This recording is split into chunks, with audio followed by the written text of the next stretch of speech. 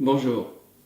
Je reparle aujourd'hui du champagne, ça fait pas mal de temps que j'ai pas eu l'occasion, avec la maison Varis Hubert, qui est située à Avise, c'est-à-dire en pleine côte des Blancs. C'est donc un récoltant manipulant qui fait partie de ces viticulteurs qui asticotent les cuvées haut de gamme du négoce et qui donc font des gros efforts, à la fois techniques et commerciaux, pour se placer et être mieux connu. Varis Hubert, c'est un des champagnes un peu difficiles à trouver. Il privilégie la restauration de bon niveau, même d'assez haut niveau. Pourquoi? Parce que, évidemment, vu le prix du champagne, ça ne s'arrange pas au restaurant, donc ça s'adresse forcément à des établissements qui ont la clientèle pour. Et puis les cavistes, ils essayent d'en avoir, mais c'est contingenté, c'est pas facile. Donc ce domaine représente 18 hectares, ce qui est pas mal du tout à l'échelle bourguignonne, à l'échelle champenoise bien sûr. Et ils sont donc au cœur de la côte des Blancs, ce qui signifie que bien sûr ils privilégient le cépage chardonnay. Et ils font toute une belle gamme à partir donc de blanc, il y a le blanc de base si l'on peut dire, les cuvées millésimées, et puis aussi les champagnes non dosés, c'est-à-dire que la liqueur d'expédition est remplacée tout simplement par du champagne. Ce sont donc des champagnes très vifs avec une acidité marquée et qui étonnent un peu quand on n'en a pas l'habitude. Ce sont des champagnes avant tout de gastronomie. Pourquoi faire des champagnes zéro dosage, au brut zéro? Eh bien, d'abord il faut avoir évidemment des beaux raisins bien mûrs parce que sinon l'acidité est trop violente. Et puis aussi, on peut allier ça à la fermentation malolactique, la deuxième fermentation, qui va atténuer l'acidité du mou et qui va permettre d'avoir des champagnes très agréables. Ces champagnes blancs de blanc non dosés ne sont pas récents, mais disons qu'avec le réchauffement climatique, c'est un peu l'occasion d'explorer ça, parce que les champagnes, à ce moment-là, ont moins d'acidité qu'à une époque, notamment dans les années 60-70, où on d'ailleurs surdosait en sucre les liqueurs d'expédition pour essayer de masquer un peu tout ça. Donc finalement, l'intérêt c'est qu'on goûte le champagne, j'ai envie de dire, tel qu'il est naturellement, et qui n'est pas maquillé le moindre du monde. En contrepartie, le viticulteur doit avoir des vins de base de très haut niveau, car sinon ça rendrait le vin un peu trop agressif. Alors parlons acidité, puisque c'est un peu le sujet. L'acidité de ce champagne, qui s'appelle la cuvée Lilial, donc un grand cru en blanc, non dosé, est à 5,5 g par litre. Bon, peu importe, ça correspond exactement d'un point de vue chimique, mais c'est un point de comparaison avec les autres vins. Il faut savoir, je vous l'ai déjà dit, que les vins blancs et les vins rouges, en réalité, ont une acidité très proche, disons entre 3,5, 3,7, 3,8. Et évidemment, si vous voulez, on va plus la ressentir sur des vins blancs, parce que dans les rouges, il y a d'autres éléments qui interviennent au niveau du palais, et l'acidité est moins facile à percevoir, tout au moins son intensité. Et figurez-vous que des vins plus acides que ça, eh bien, on le retrouve dans le Sauternais, dans les grands terroirs, et notamment sur Climens 2014 et Raymond Lafon 2014, que je vous ai, je crois, présenté tous les deux. Eh bien, ces vins franchissent la barre des 4 grammes par litre. C'est vous dire à quel point un grand vin, c'est avant tout un équilibre, et que finalement, si on regardait que la fiche technique et les analyses, on se dirait, oh là là, qu'est-ce que c'est que ce truc-là? Ça va être imbuvable.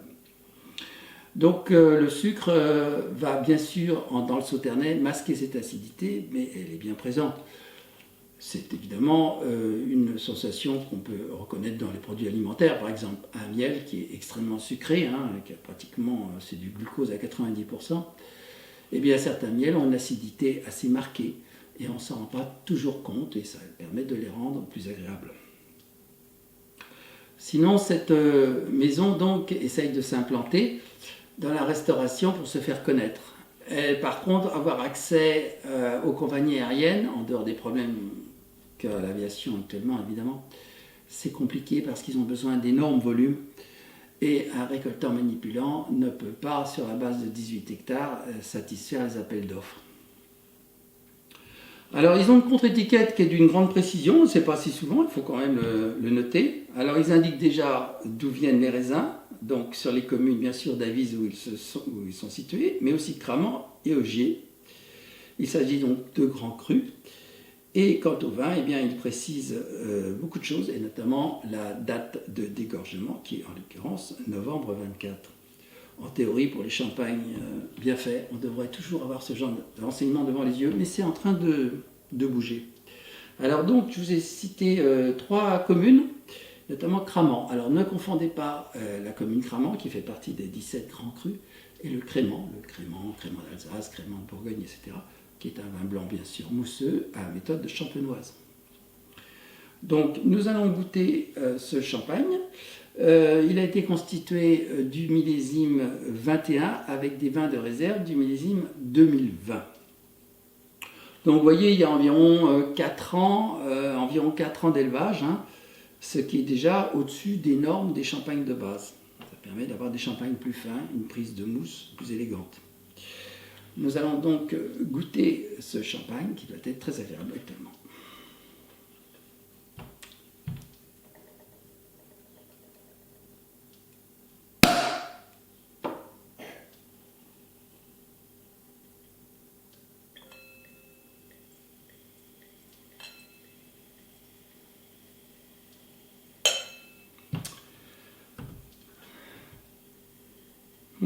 Le nez est immédiat, très agréable.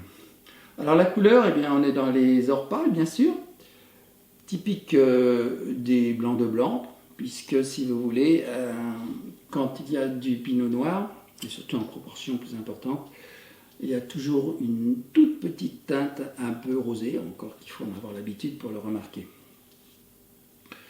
Alors ce champagne donc a une mousse assez fine. Le nez est sur la pomme verte, le citron. Voilà, alors c'est des nez, si vous voulez, très frais. Et par rapport au champagne, je dirais classique, on a plus des notes briochées ou de tilleul. Le nez est quand même assez différent et franchement, je pense tout de suite à Chablis. Alors question élevage, il y a moitié en cuve et moitié sur des gros contenants en bois de 600 litres qui boisent très très légèrement. Alors, est-ce que les propriétaires font la fermentation malolactique? En fait, c'est selon les parcelles, selon les récoltes. Et ils se décident une fois la première fermentation terminée afin d'avoir un bon équilibre final. Un peu d'amande aussi. Alors, je vous rappelle d'ailleurs qu'en ligne droite, Chablis, les premiers vignobles champenois, c'est pas si loin que ça, avec toujours cette dominante de calcaire, on parle même de craie en Champagne, qui convient parfaitement au chardonnay.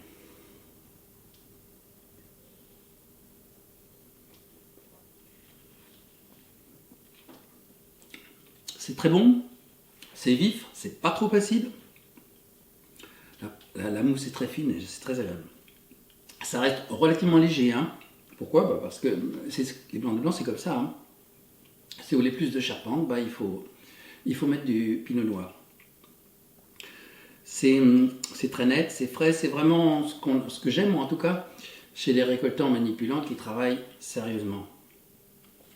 Voilà, donc c'est une marque à retenir. Hein. Encore faut-il tomber dessus. Ceci étant, ils le vendent aussi sur leur site internet. Alors les prix, on est de l'ordre de 50 €. Alors le champagne, le commerce a un peu rebondi après la fin du confinement, mais c'est plus ce que c'était. Ils pleurnichent un petit peu, bon ils ont de la marge quand même, à cause bien sûr des événements sur la planète et des taxes Trump qui n'arrangent pas les choses. Et puis il faut reconnaître quand même que les grandes marques, avec des bruts SA de base qui ne sont pas forcément étourdissants, à 45 €, le français moyen y réfléchit à 2 fois et se tourne vers autre chose. Franchement, on ne peut pas lui en vouloir. À bientôt.